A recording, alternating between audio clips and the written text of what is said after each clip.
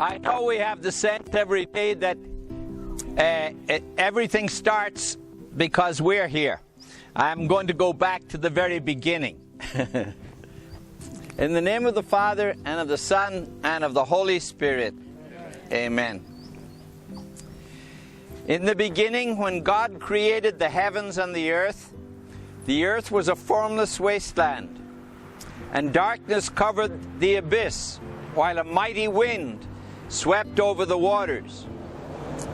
And when God said, "Let there be light," there was light.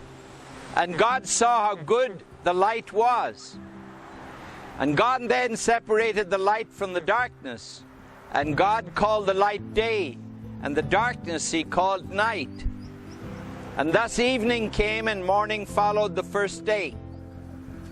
And then God said, "Let there be a dome in the middle of the waters to separate one body of water from the other."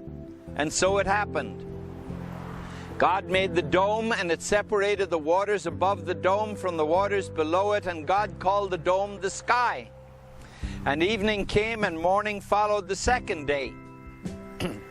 And then God said, "Let the water under the sky be gathered into a single basin, so that the dry land may appear." And so it happened. And the water under the sky was gathered into a basin, and the dry land appeared, and God called the dry land the earth. And the basin of the water He called the sea. And God saw how good it was, and then God said, "Let the earth bring forth vegetation, and every kind of plant that bears seed, and every kind of fruit tree on earth that bears the fruit with its seed in it." And so it happened. And the earth brought forth every kind of plant that bears seed, and every kind of fruit tree on earth that bears fruit with its seed in it. And God saw how good it was, and evening came, and morning followed the third day. And then God said, "Let there be lights in the dome of the sky to separate the day from the night, and let them mark the fixed times, the days and the years, and serve as luminaries in the dome of the sky to shed light upon the earth." And so it happened.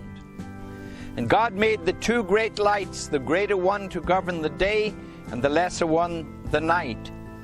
And He made the stars, and God set them in the dome of the sky to shed light upon the earth, to govern the day and the night, and to separate the light from the darkness. And God saw how good it was, and evening came, and morning followed the fourth day. And then God said, "Let the waters teem with the abundance of living creatures, and on the earth let birds fly beneath the dome of the sky." And so it happened.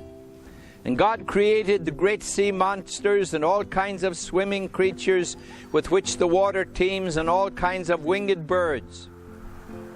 And God saw how good it was, and God blessed them, saying, "Be fertile and multiply, and fill the water of the seas, and let the birds multiply on the earth." And evening came, and morning followed the fifth day. And then God said, "Let the earth bring forth all kinds of living creatures, cattle and creeping things, and wild animals of all kinds, dogs and cats and bees."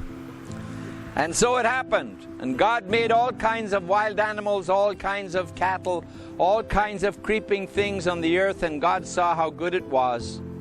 And then God said, "Let us make man in our own image, after our likeness, and let them have dominion over the fish of the sea, the birds of the air, the cattle, the dogs, and the cats, and the wild animals, and all the creatures that crawl on the ground." God created man in His image. In the divine image He created him. And God blessed them, saying, "Be fertile, multiply, fill the earth, subdue it, have dominion over the fish of the sea, the birds of the air, and all the living creatures that move on the earth." And God saw that it was good. And He looked at everything He had made, and found it was very good. And evening came, and morning followed the sixth day. And then when God saw all that He had done, He rested on the seventh day. And such is the story of the heavens and the earth at their creation.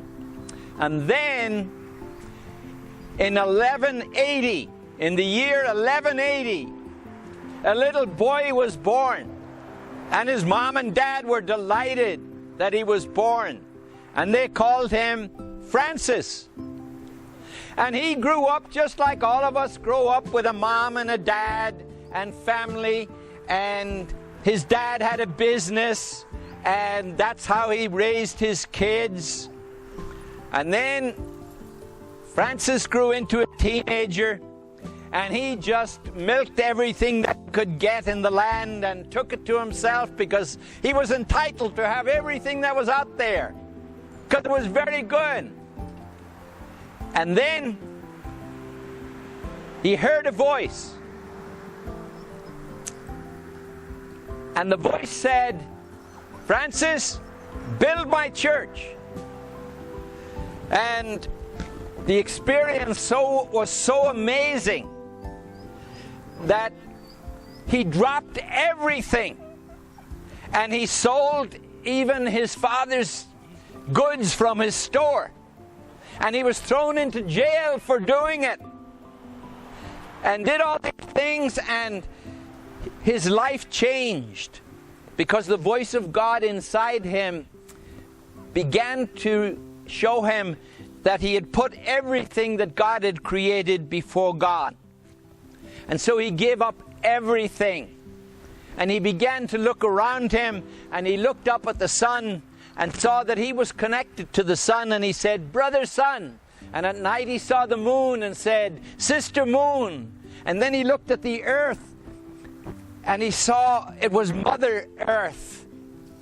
And he began to draw attention to the people around, and he dressed up in a very poor robe, and he went out, and he began to see the animals, and the part that was inside him, he could see God's creation in all of them. And today, as we honor St. Francis, he is known for his love of animals, and I want to correct that. He is known for his love of God, and because of his love of God, he began to see everything as gifts from God, and dedicated his whole life. And he was so in union with God that God graced him by giving him the wounds of his son Jesus. And so it is the extension of that that brings us here, because you have brought God's creatures into your home, and they have filled you with joy. And sometimes they give you the love that you want from people. And what we do today is thank God for these lovely little gifts that makes life spring up in their hearts. Oh, I know you can get mad at them, and they can do things that you wish they didn't, but you're so glad that they're there. So now I'm going to bless another creature that will bless your animals. And the creature is, we heard the creation of it, the creature is water. And we're going to ask God to change the water into a blessing. Let us pray.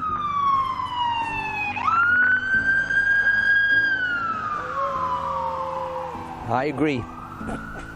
Whoever it is that the ambulance is going for, please bless them, that they may know that you are with them and that nothing separates us from you. Thank you for sending good men into the world to remind us of you. Thank you for Francis, whose spirit comes down to us over 1,000 years later. We bless you for that.